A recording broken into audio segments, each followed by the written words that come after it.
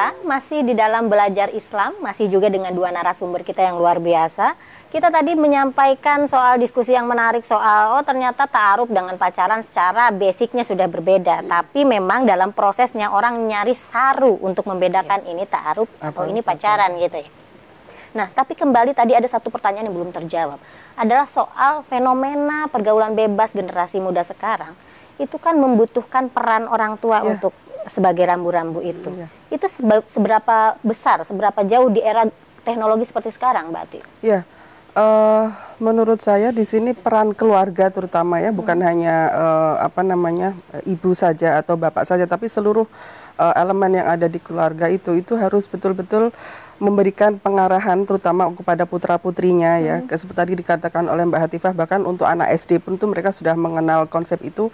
Nah, ini peran mereka cukup besar untuk mengarahkan putra-putrinya dalam memberikan pengarahan bagaimana seharusnya bergaul, terutama untuk yang lawan jenis ya. Bahkan sekarang yang sesama jenis pun juga sudah mulai dalam tanda petik cukup membahayakan. Nah, ini orang tua bisa memberikan penjelasan kepada putra-putrinya batasan-batasan apa yang boleh dilakukan dan tidak boleh dilakukan. Ketika itu mereka teman mainnya adalah mereka yang berbeda jenis kelamin. Itu sangat-sangat diperlukan di situ peran orang tua dalam memberikan penjelasan. Jadi misalnya nanti ketika memberikan penjelasan kepada anaknya ya, putra-putri itu ketika misalnya mereka bergaul, maka masing-masing tidak boleh dalam tahap awal itu biasanya tidak boleh saling menyentuh, baik itu antara laki-laki dengan perempuan, terutama ini untuk anak-anak ya, tidak boleh seperti itu. Jadi untuk anak gadis atau untuk anak lakinya dikasih tahu mana dari tubuhnya itu yang boleh dipegang oleh dirinya sendiri dan orang lain, itu harus dijelaskan di situ gitu. Untuk anak laki-laki juga seperti itu, diberikan pengarahan tidak boleh sembarangan memegang tubuh atau menyentuh tubuh dari orang lain ya, selain dirinya sendiri. Itu harus diberikan penjelasan. Kemudian nanti ketika misalkan sudah masuk ABG ya, anak-anak yang justru di situ sudah mulai rentan sekali pergaulannya, terutama untuk lawan jenis. Maka kita juga sebagai orang tua harus memberikan pengertian kepada mereka batasan-batasan mana yang boleh dan tidak boleh dilakukan. Jadi kalau dalam ajaran Nabi itu kan ada di situ peringatan yang cukup serius menurut saya, bahwa ketika mereka berdua antara laki-laki dan perempuan, janganlah berada pada tempat yang sepi. Kalau dalam kondisi seperti itu berdua-duaan antara laki-laki dengan perempuan, apalagi mereka anak-anak yang baru tumbuh seperti itu, maka yang peringatan dari Nabi yang ketiganya adalah setan gitu. Nah, itu harus juga disampaikan kepada anak-anak. Kemudian disampaikan juga kalau misalkan mereka mulai mengenal karena itu secara alami ya, kalau sudah mereka dewasa atau remaja itu mereka kan sudah mulai tertarik dengan lawan jenisnya, dan itu sesuatu yang fitrah yang memang itu diberikan oleh Allah kepada manusia. Kita tidak bisa menghindari itu, tetapi bagaimana cara memanage rasa suka itu sehingga nanti ketika mereka mengungkapkan perasaan senang kepada lawan jenisnya itu ada aturan-aturan yang harus mereka ikuti, ada koridor yang harus mereka ikuti, tidak kemudian melanggar batas ya. Kemudian sekarang ini banyak digambarkan dalam hampir di media massa dan manapun, itu seakan-akan sudah bebas melakukan apa saja antara laki-laki dengan perempuan, sehingga kemudian yang terjadi ya seperti tadi hasil dari penelitian itu, hampir sebagian besar ya remaja kita itu sudah mengenal yang namanya hal-hal yang di situ sudah mendekati kepada perbuatan yang mengarah hubungan intim antara suami istri gitu. Nah, itu kan itu bisa dilakukan jika orang tua memang bisa menempatkan posisinya ya, bisa berperan banyak gitu. Tapi kita nggak bisa menafikan juga bahwa saat ini pemirsa juga pasti mengalaminya, teknologi ini kan luar biasa cepat ya.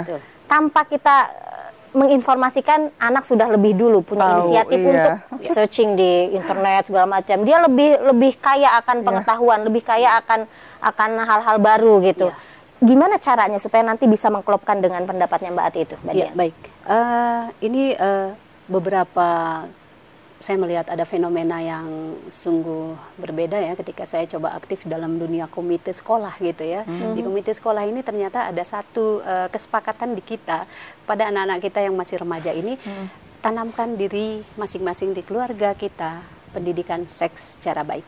Pertama itu.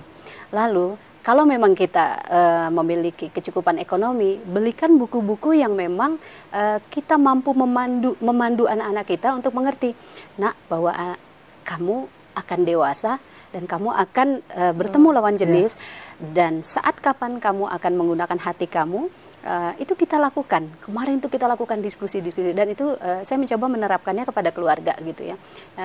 Ya ini baru tahap proses pengenalan. Saya kira ini sangat efektif. Nah, bagi mereka yang misalnya ekonominya kurang mampu, bisa saja dengan lakukan pendekatan komunikasi yang intensif. Nah, yang ketiga, kalau misalnya anak-anak ini pulang sekolah gitu ya, masa pacaran ini kan yang saya katakan tadi di SD sudah mulai, di SMP apalagi, SMA apalagi. Saya melakukan, cobalah ibu-ibu ini atau bapak-bapaknya juga, setiap pulang sekolah, periksa tas sekolah anaknya. Rajinkan, luangkan waktu, sesibuk apapun dia, luangkan waktu berdiskusi dengan anak sampai sejauh mana apa yang dialaminya di sekolahnya. Karena pengalaman di sekolah dengan di rumah beda loh ya. Ketika kita harus mengendorse dia, kita mencoba ada apa di sekolahnya gitu. Suasana batin anak dengan orang tua itu harus terjalin ketika dia sesampai di rumah. Itulah yang harus dilakukan oleh pasangan-pasangan rumah tangga muslim yang seharusnya memperkuat fondasi itu dari dalam diri sendiri, dari dalam keluarga yang terkecil. Karena yang merusak perilaku itu adalah lingkungan. Lingkungan yang kadang tidak terkontrol.